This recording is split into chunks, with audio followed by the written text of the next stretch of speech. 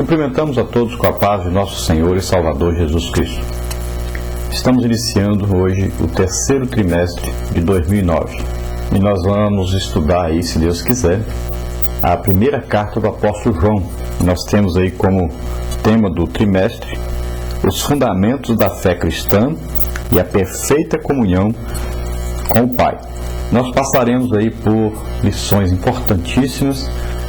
O pastor Eliezer de Lira e Silva é quem escreveu essa revista e ele comenta então esses assuntos dessa primeira epístola de João, e o nosso conselheiro doutrinário e teológico é o pastor Antônio Gilberto.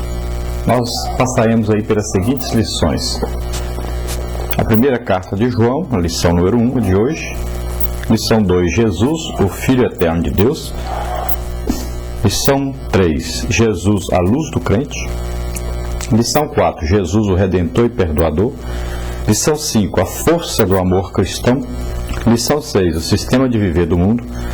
Lição 7, a chegada do anticristo. Lição 8, a nossa eterna salvação. Lição 9, o crente e as bênçãos da salvação. Lição 10, os falsos profetas. Lição 11, o amor a Deus e ao próximo. Lição 12, o testemunho interior do crente. E a lição número 13, a segurança em Cristo. Então, se Deus quiser, estaremos estudando nesse terceiro trimestre todas essas lições escritas aí pelo pastor Eliezer de Lira e Silva. Nós vamos fazer apenas alguns comentários extras, trazendo aos irmãos algumas informações extras, além do que já está escrito na revista, apenas para ajudar ao aluno e ao professor. Nesta primeira lição, então, do nosso trimestre, nós estaremos estudando aí a primeira carta de João. Nós teremos aí, então, como texto áureo: toda a escritura divinamente inspirada é proveitosa para ensinar, para redarguir, para corrigir, para instruir em justiça.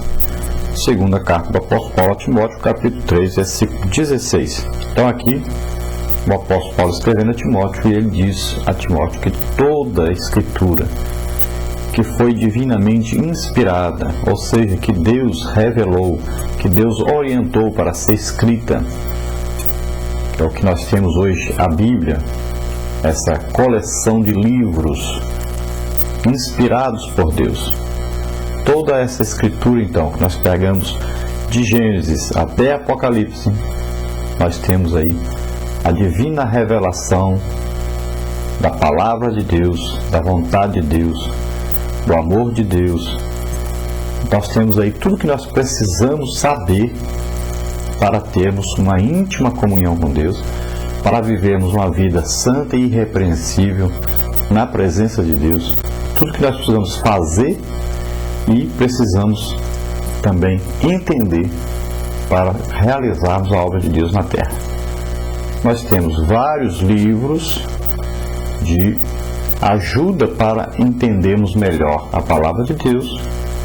Temos vários materiais que nós podemos utilizar para aprendermos a palavra de Deus, como mapas, né? Temos aí os dicionários bíblicos, temos livros e mais livros de autores, pessoas que estudaram a palavra de Deus, compreenderam uma parte melhor e passaram então através desses livros para outros. Mas sempre nós temos que ter como único livro de regra de fé e regra de prática na fé cristã é a Bíblia Sagrada. E nós temos vários tipos de Bíblias, vários tipos de traduções bíblicas também. Então nós vamos pegar aí de acordo com a palavra realmente de Deus, os originais, e nós vamos pegar essa Bíblia que nós usamos e você adote a Bíblia que você achar que deve. Eu prefiro a Bíblia de Estudo Pentecostal, a CPAD.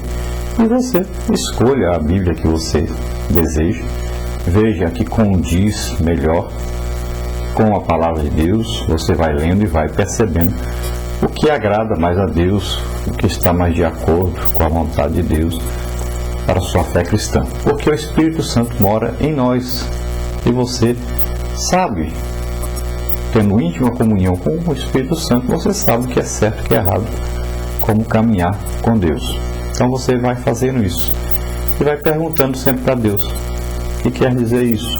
Como é isso? Nós temos o excelente professor, que é o Espírito Santo. Então você adote uma Bíblia, pegue uma Bíblia com esses 66 livros, que são livros inspirados por Deus, e estude a palavra de Deus, tenha íntima comunhão com Deus, orando sempre quando for estudar a Bíblia. E você chegará então a um conhecimento de Deus desejado por Deus e desejado pela sua alma, pelo seu espírito, e muito necessário para a sua vida na terra, que nós temos também que cuidar do nosso corpo, como nós vamos ver neste livro, a primeira carta do apóstolo João.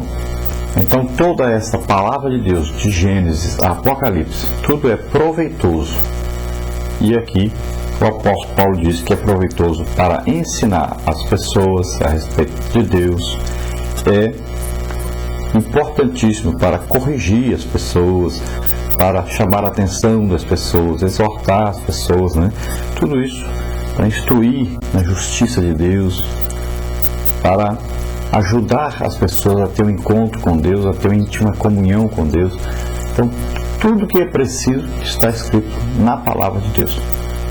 Então, sempre quando você lê alguma coisa extra palavra de Deus, então você tome todo o cuidado para conferir, para ver se está de acordo com a palavra de Deus. Ela que é o prumo, ela que vai mandar em toda a nossa convivência com Deus e nossa vivência cristã na terra. Nossa verdade prática.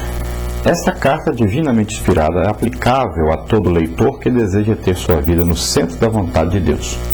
Então, se você deseja ter a vida no centro da vontade de Deus, na perfeita vontade de Deus, porque existe a vontade de Deus permissiva, existe a perfeita vontade de Deus. Se você deseja, então, estar nessa perfeita vontade de Deus, este livro é importantíssimo para que você leia e coloque em prática na sua vida. Por que isso? Porque o autor teve uma íntima comunhão com Jesus Cristo, andou com Jesus aqui no seu ministério, e toda parte de Jesus, quando ia, chamava Pedro, João, Tiago. João então estava sempre presente, e ele escreve exatamente a respeito dessa intimidade, o que ele aprendeu, e depois que Jesus morreu e ressuscitou, ele escreve também, comprovando que esteve com Jesus, que tocou em Jesus, e ele fazendo aí uma análise disso, ele fica admirado como é que pode, ele tocou no próprio Deus. Jesus era homem, mas era também Deus, o próprio Deus, andando entre os homens. Aquele que criou todas as coisas estava andando aqui no meio dessas coisas que ele criou.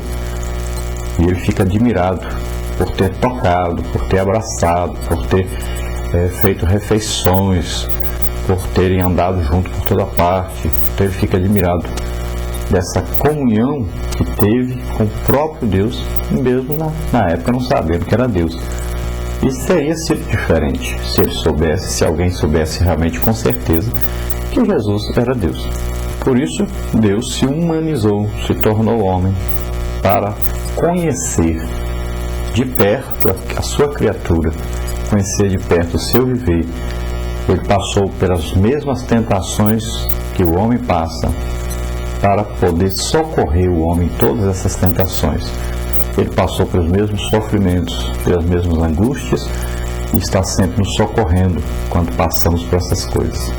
Ele conhece bem de perto a nossa vida, o nosso viver aqui na terra. Glória a Deus. A leitura bíblica escolhida, então, 1 de João, capítulo 1, do versículo 1 ao versículo 4, que diz o seguinte: o que era desde o princípio, o que ouvimos, o que vimos com os nossos olhos, o que temos contemplado e as nossas mãos tocaram da palavra da vida. Porque a vida foi manifestada e nós a vimos, e testificamos dela, e vos anunciamos a vida eterna que estava com o Pai e nos foi manifestada. o que vimos e ouvimos, isso vos anunciamos, para que também tenhais comunhão conosco. E a nossa comunhão é com o Pai e com o seu Filho Jesus Cristo.